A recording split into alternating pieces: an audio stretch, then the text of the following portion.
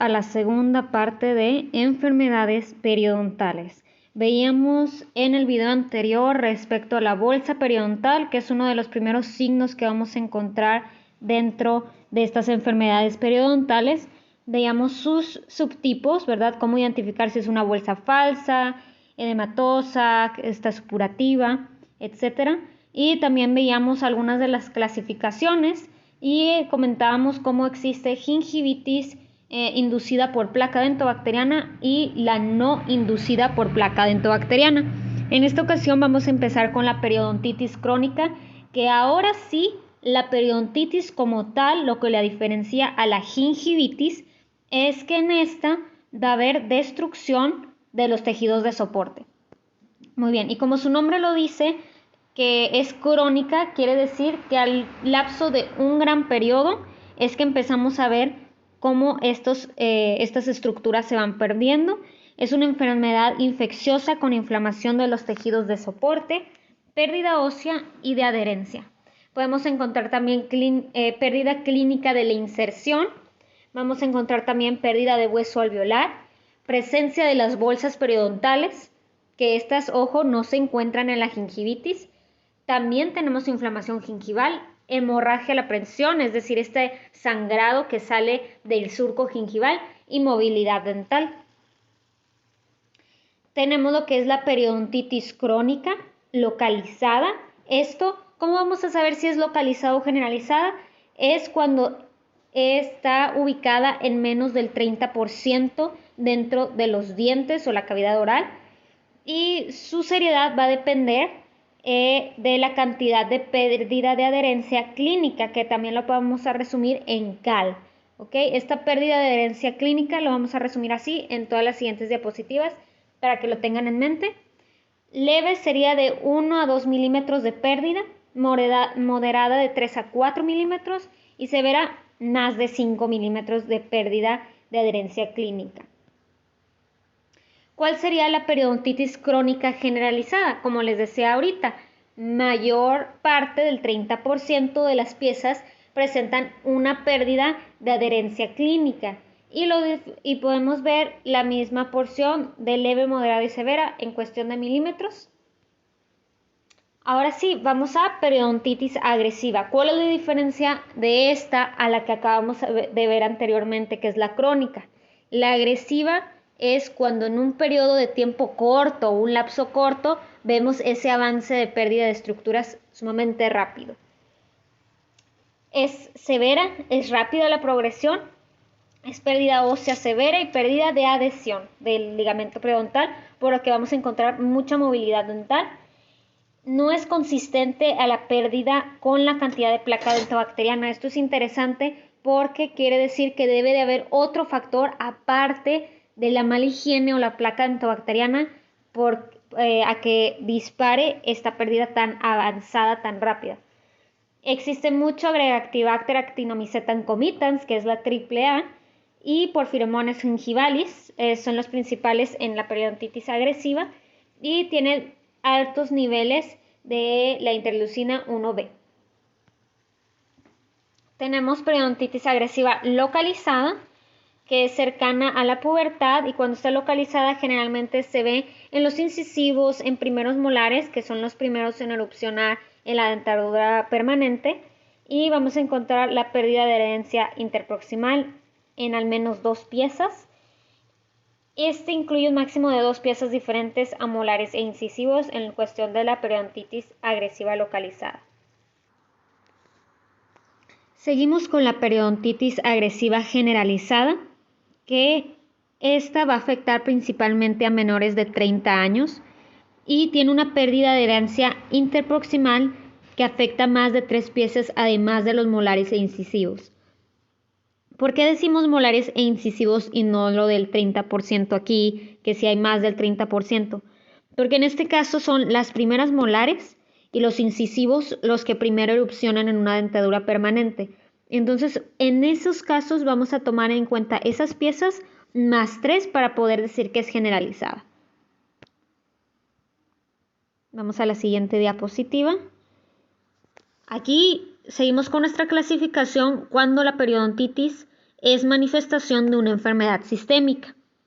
Puede ser asociada con desórdenes hematológicos, desórdenes en sangre, como la neutropenia adquirida, la leucemia, entre otros. Aquí tenemos una imagen de cómo se ve inclusive, disculpen, más enrojecida la mucosa, la encía en general, la pérdida de adherencia clínica. Puede ser asociada a desórdenes genéticos como el síndrome Down, que es uno muy común. Vamos a encontrar lo del taurodontismo. Podemos ver esas zonas de mucha placa dentobacteriana, pérdida de adherencia. Tenemos la enfermedad periodontal necrotizante, es otra parte de la clasificación. Y vamos a tener la gingivitis úlcero-necrosante y la periodontitis úlcero-necrosante. ¿Cuál es su diferencia?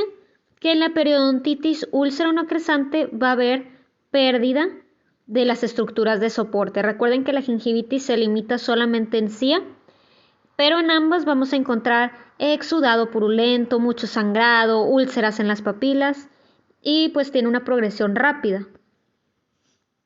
Encontramos en la clasificación la periodontitis asociada a lesiones endodónticas y estas son cuando son lesiones combinadas endo-perio o perio-endo y aumenta de la profundidad de la bolsa adyacente a la superficie radicular.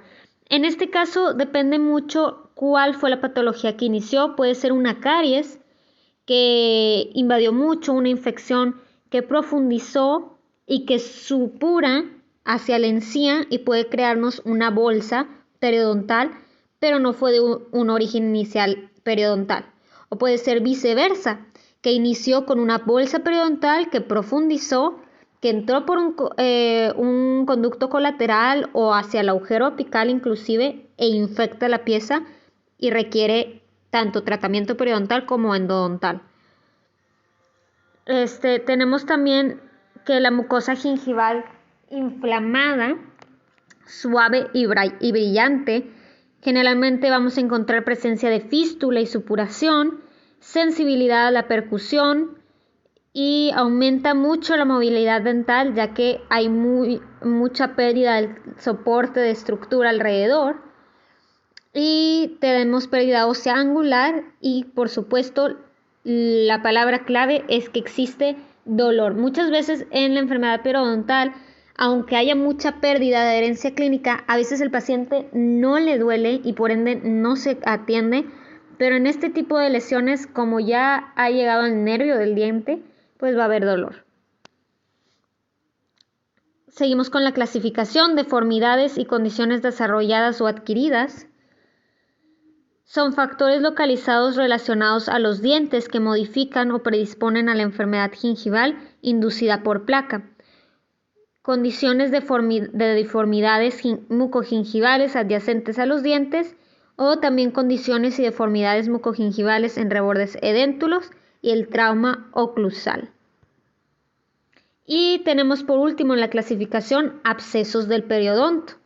Tenemos el absceso gingival, el absceso periodontal y el absceso pericoronal. Y como el nombre de cada uno dice, no voy a entrar en detalle, pues se limita a donde está, ¿verdad? Gingival, en la encía, periodontal puede ser a veces entre zonas radiculares y el absceso pericoronal, pues alrededor de un dientito en erupción.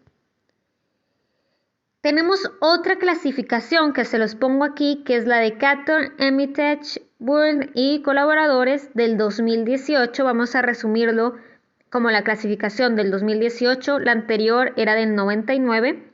Y aquí vemos cómo ellos definen dos grandes características o dos grandes clasificaciones, que son enfermedades periodontales y condiciones, y la otra es enfermedades periimplantarias y condiciones, porque aquí vamos a ver ya la salud periimplantar, que era algo que no habíamos mencionado, pero se debe clasificar igual en el estudio de la periodoncia. Quiero detenerme tantito en esta tabla. Si ven en la primera parte de enfermedades periodontales y condiciones, primero nos va a definir la salud periodontal y la salud gingival. Luego vamos a tener la gingivitis inducida por placa dentobacteriana e igualmente la no inducida por placa dentobacteriana. Como segundo punto tenemos la periodontitis, que abarca las necrotizantes, la periodontitis como tal y la periodontitis como manifestación de enfermedad sistémica. Y como tercer punto tenemos otras condiciones que afectan al periodonto, ¿verdad? Que puede haber esta pérdida de estructura ósea del ligamento periodontal. Y aquí nos ponen enfermedades sistémicas o condiciones que afectan el tejido de soporte, abscesos periodontales, lesiones endoperiodontal, deformidades, fuerzas oclusales traumáticas y factores relacionados con dientes y prótesis. En la segunda parte de la clasificación, en las enfermedades perimplantarias y condiciones, primero vemos la definición de salud perimplantaria, mucositis perimplantaria, que sería un ejemplo de decir gingivitis en el caso cuando es un implante, perimplantitis, que sería la periodontitis en el caso de un implante, y defectos en tejidos duros y blandos perimplantarios, ¿verdad? Alrededor del implante. Habiendo dicho esto, pasamos a definir las enfermedades periodontales y condiciones, que es la primera parte de esta clasificación del 2018, que es la salud periodontal, enfermedades y gingivales y condiciones, ¿verdad?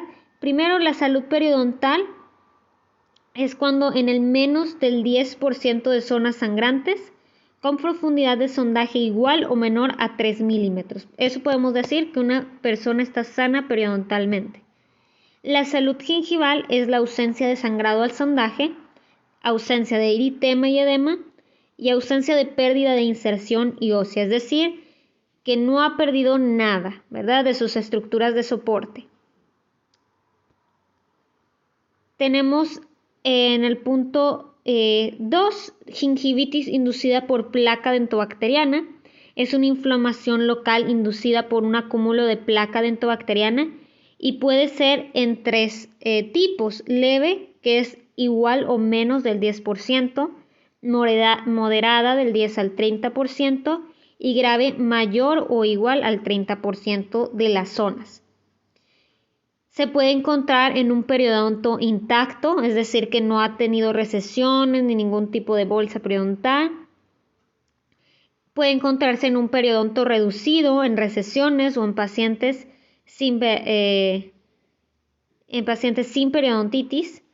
Y también en un periodonto reducido con pacientes que tienen periodontitis y ya han sido tratados con éxito. Se le puede decir que tiene gingivitis inducida por placa, esta inflamación, y se clasifica asociada únicamente a la placa dentobacteriana, ¿verdad? No hay ningún otro factor influyente. Medida por factores de riesgo sistémicos y locales.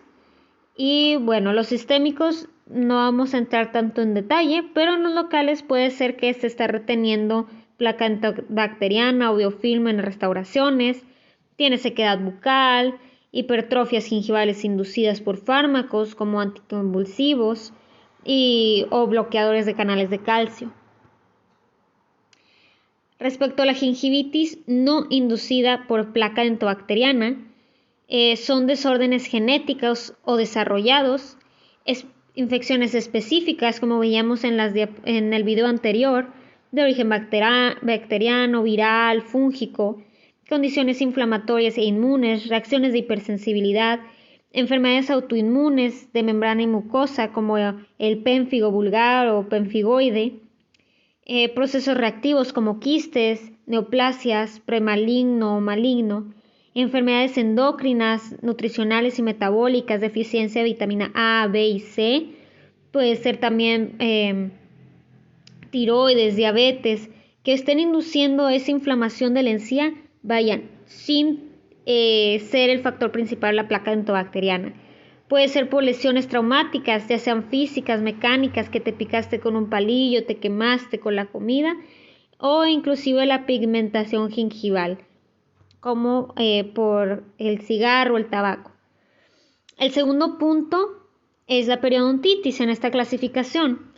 Tenemos enfermedades periodontales necrotizantes, que ya las vimos hace unos momentos: gingivitis necrotizante, periodontitis necrotizante, pero otra que entra en esta clasificación es la estomatitis necrotizante, que es un trastorno inflamatorio grave del periodonto y cavidad oral con necrosis de los tejidos blandos y denudación ósea. Es decir, que aquí es un avance en toda la boca y puede ser bastante agresivo, como su nombre lo dice. La periodontitis como tal es la pérdida de tejidos de soportes periodontales debido a la inflamación, la presencia de bolsa mayor a 3 milímetros, y existen distintos estadios que se clasifican de acuerdo a la gravedad de la enfermedad inicial, a la pérdida de adherencia clínica, pérdida ósea y dentaria. También se clasifica según su complejidad, que es una profundidad de sondaje, pérdida ósea clasificada con la lesión de Furca y defectos de cresta, extensión y distribución localizada o generalizada. Está la periodontitis en una mayor población de 30% o menor. Y aquí podemos ver los 4 estadios. El estadio 1 y 2 es periodontitis de gravedad incipiente moderada, es una inicial. No hay pérdida aún de dientes y responde a la terapia periodontal. En el estadio 3 y 4 de la periodontitis, los riesgos afectan la capacidad del paciente para responder a infección y contener el daño tisular. Es decir, que es reservado su tratamiento, cómo va a resultar después de la terapia periodontal. El grado se describe de acuerdo a la velocidad y el riesgo de progresión. Existen grado A, B y C. Influyen los grados el tabaquismo, la diabetes, evidencia directa como la radiografía, la evidencia indirecta como la pérdida ósea versus edad y fenotipo. Estos grados A, B y C van a ayudarme a definir en qué posición está el paciente también al momento de recibir un tratamiento. Aquí lo podemos ver en una tabla, según la clasificación del 2018, los 4 estadios. Aquí pueden pausarla y estudiarla a fondo, pero me quiero enfocar a comparar un poco, por ejemplo, en la pérdida de adherencia clínica, que en el estadio 1 y 2 todavía podríamos decir que es un estado relativamente sano. En el 2 se empieza a perder 4 milímetros, pero ya en el estadio 3 y estadio 4 la pérdida de adherencia clínica es mayor o igual a 5 milímetros, es decir que hay bolsas igual o mayores a 5 milímetros. También es importante guiarnos con radiografía para ver hacia dónde se está extendiendo. Si ha pasado al tercio medio o apical de la raíz, probablemente también ya haya cierta movilidad dentaria. En el estadio 1 y 2, como vemos, no existe pérdida dentaria por razones periodontales. Aquí se los señalo, sin pérdida por razones periodontales. Es decir, que sus dientes probablemente tenga toda su dentadura o a lo mejor haya perdido alguna, pero no por motivos periodontales. En el estadio 3 o 4 ya podemos clasificar a ese paciente si ha perdido pérdidas periodontales, bueno, en un estadio 3 o 4. Y así sucesivamente podemos ver si existe algún tipo de pérdida, por ejemplo, horizontal o vertical. El hecho de haber una pérdida vertical, como observamos aquí en el estadio 3, pues nos muestra que ya es una enfermedad periodontal más avanzada, ¿verdad? Igual en el estadio 4. Vamos a seguir. Ahora, de acuerdo a esta clasificación del 2018, existen diferentes grados, A, B y C. Aquí vamos a ver igualmente cuánta pérdida hay en cuestión de las radiografías, cuánto podemos evaluar. También la edad es un factor influyente, el fenotipo, el tabaquismo. Si es no fumador, puede entrar en el grado A. Si fuma menos de 10 cigarros al día, es un grado B. Y si es más o igual a 10 cigarros al día, es grado C. Presencia de diabetes. Si no tiene o está controlado, es un grado A. Si es menos de 7 y tiene diabetes, es un grado B. Y si la hemoglobina glucosilada es mayor a 7, pues, y tiene diabetes, es un grado C. Así es como podemos clasificarlo y también ver un mejor pronóstico en el tratamiento periodontal. Seguimos con la clasificación del 2018, otras condiciones que afectan el periodonto. Aquí podemos ver enfermedades sistémicas que ya hemos mencionado con anterioridad, abscesos periodontales, elevación ovoide, sangrado al sondaje, dolor, supuración, movilidad, bolsa profunda, lesiones endoperiodontal, comunicación patológica entre los tejidos pulpares y periodontales. Y aquí debemos hacer pruebas alteradas de vitalidad, si existe dolor a la percusión, si hay presencia de alguna fístula y signos asociados a dolores traumáticos. Aquí tenemos otra clasificación dentro de la del 2018 acerca de los abscesos periodontales basada en los factores etiológicos implicados. Tenemos absceso periodontal en un paciente con periodontitis en una bolsa periodontal preexistente, es decir, ya tenía la bolsa y ahora hay una exacerbación aguda. Puede ser una periodontitis no tratada, no respuesta al tratamiento periodontal de mantenimiento que puede ayudarle. Y tras el tratamiento post-raspaje, post-cirugía, post-medicación, puede ser antimicrobianos sistémicos y otros fármacos como la nifedipina. Ahora, puede haber un absceso periodontal en un paciente sin periodontitis y sin la necesidad de tener una bolsa previa, y puede ser por la impactación de alimentos. Puede utilizar lo que es el hilo dental para eliminar esas zonas. A lo mejor pueden ser restos de palillos, diques de goma, cáscaras de palomitas que haga que haya un absceso periodontal. Hábitos perniciosos, que mordisquea algún cable, uñas o apretamiento que está lastimando su encía. Factores ortodónticos, fuerzas en la mordida cruzada o fuerzas ortodónticas. Hiperplasia gingival causada por fármacos. Puede haber una alteración en la superficie radicular, ya sea anatómico o anatómicos menores, condiciones iatrogénicas, perforaciones, daño radicular grave o postcirugía. Aquí tenemos otra clasificación de las lesiones endoperidontales y podemos definirlas con o sin daño radicular. Cuando hay daño radicular nos referimos que puede ser una de las primeras tres opciones: una fractura, una perforación o una reabsorción radicular externa. Cuando es sin daño radicular puede ser en pacientes con periodontitis o sin periodontitis. Cuando ya tienen periodontitis puede ser grado 1, que es una bolsa periodontal profunda, estrecha en una superficie dentaria. Grado 2 es una bolsa periodontal profunda y ancha en la superficie dentaria. Y la 3 es una bolsa periodontal profunda en más de una superficie dentaria. Si es en pacientes que no contaban con periodontitis antes y se hizo una lesión endoperiodontal, puede ser grado 1, una bolsa periodontal profunda, estrecha en la superficie; 2, profunda y ancha; y 3 es profunda y está en más de una superficie dentaria. Ahora, existen también las condiciones mucogingivales.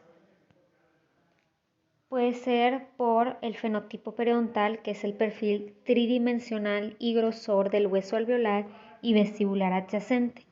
La clasificación según su fenotipo gingival, NIC interproximal y condición de la superficie radicular expuesta. Existen condiciones con recesiones por ejemplo, el desplazamiento apical del margen gingival. El NIC interdental, que lo clasificaron Cairo y colaboradores en el 2011, fenotipo gingival, detección de línea amelocementaria y condición de la superficie de la raíz. Existen también condiciones sin recesiones, que son fenotipos gingivales de grosor gingival ancho de tejido queratinizado en toda la dentición o en sitios individuales. Contribuyen a su descripción posición del diente, frenillo aberrante o profundidad vestibular. Aquí podemos observar el RT1, RT2, RT3. Aquí vemos en la primera imagen de su mano izquierda una recesión sin pérdida interproximal o de adherencia clínica. En el 2 hay con pérdida de adherencia clínica y en el 3 es con pérdida interproximal y también de adherencia clínica, pero también la pérdida interproximal de la adherencia clínica es mayor que la que existe por vestibular.